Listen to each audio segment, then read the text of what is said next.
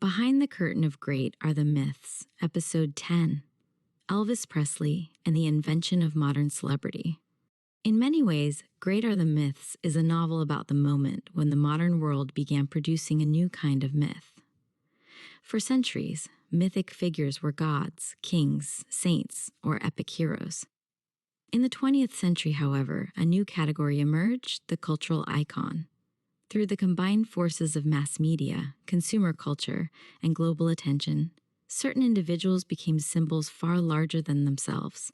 Elvis Presley stands at the center of this transformation. In the novel, the figure of Elvis is not treated as a strict biographical subject.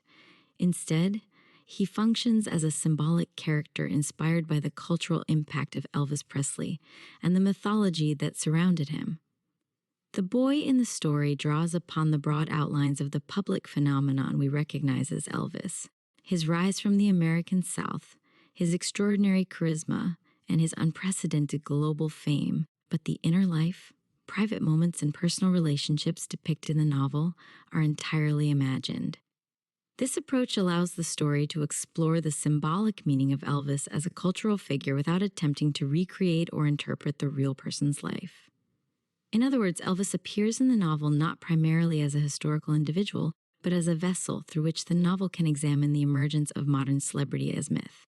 This distinction is important because Elvis Presley occupies a unique position in 20th century culture. He was not merely a popular performer, he was among the first figures to become a truly global media phenomenon. By the mid-1950s, his image and music circulated simultaneously through radio, film, television, magazines, and an emerging international entertainment industry. The scale and intensity of this attention transformed him into something more than an entertainer. He became a symbol onto which millions of people projected their fantasies, anxieties, and desires. In this sense, Elvis represents a turning point in the cultural history of fame.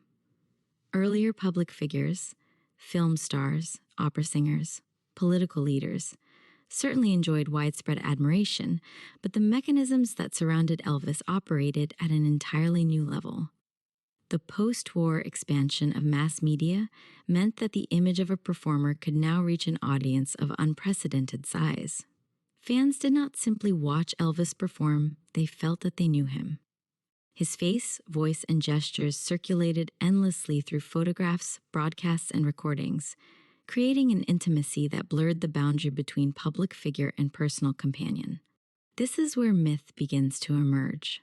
Myths do not simply describe individuals, they transform them into symbols that carry collective meaning.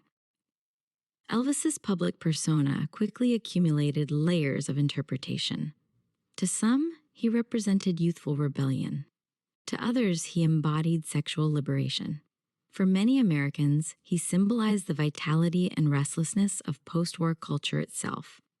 Each of these interpretations attached itself to the same figure, gradually lifting him from the level of individual biography into the realm of cultural archetype. The novel engages precisely with this process. The boy at its center begins as a shy teenager listening to records in Memphis. He is an ordinary young man with dreams, insecurities, and moments of vulnerability. Yet as his fame expands, he becomes increasingly surrounded by projection. Audiences see not only the person, but the symbol they want him to be.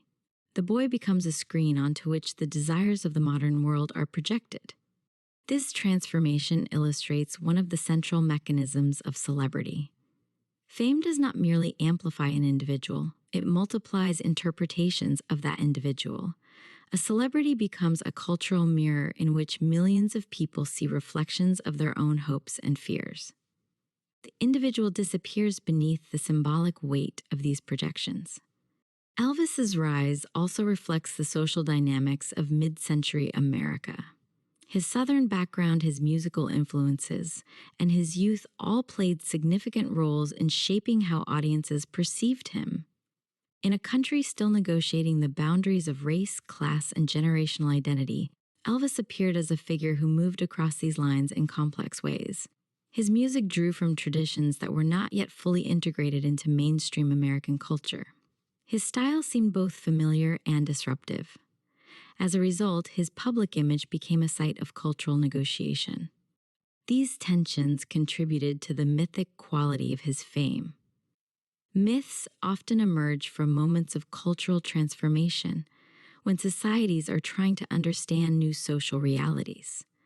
Elvis's appearance on the national stage coincided with dramatic changes in American life, the rise of youth culture, the expansion of consumer media, and the increasing visibility of regional identities within a national narrative.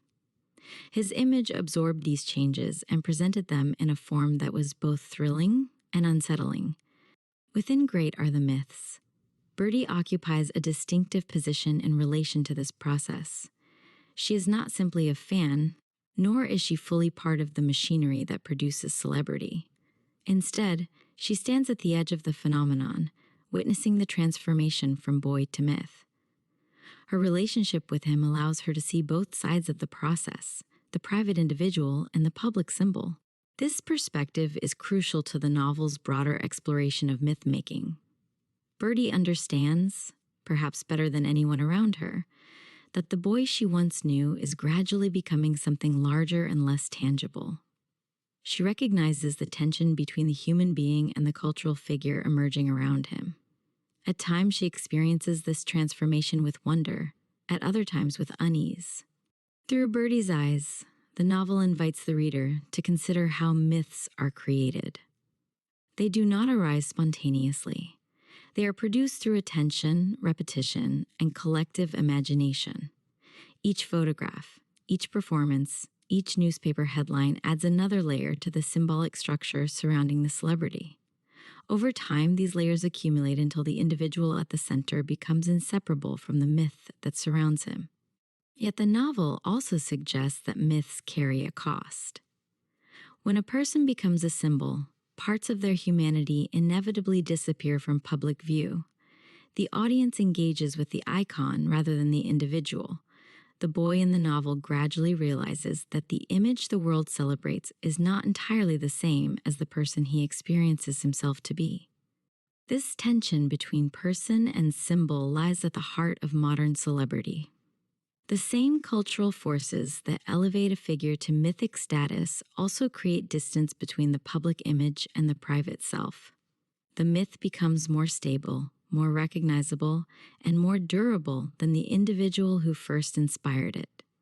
By placing Elvis, understood here as a symbolic cultural phenomenon, at the center of its narrative, Great Are the Myths examines the birth of this new mythology. The novel suggests that the 20th century did not abandon myth, it reinvented it. Instead of gods and heroes from ancient epics, modern societies produce icons whose stories circulate through media and memory. Elvis Presley represents one of the earliest and most powerful examples of this transformation.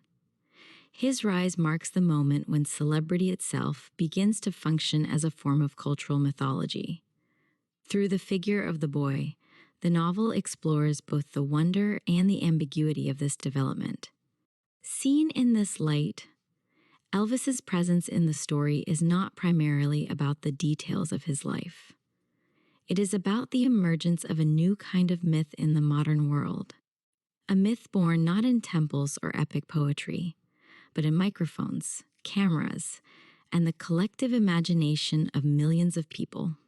And from Birdie's vantage point beside him, we witness the extraordinary moment when a boy from Memphis begins to become something more than himself, the first great symbol of modern celebrity,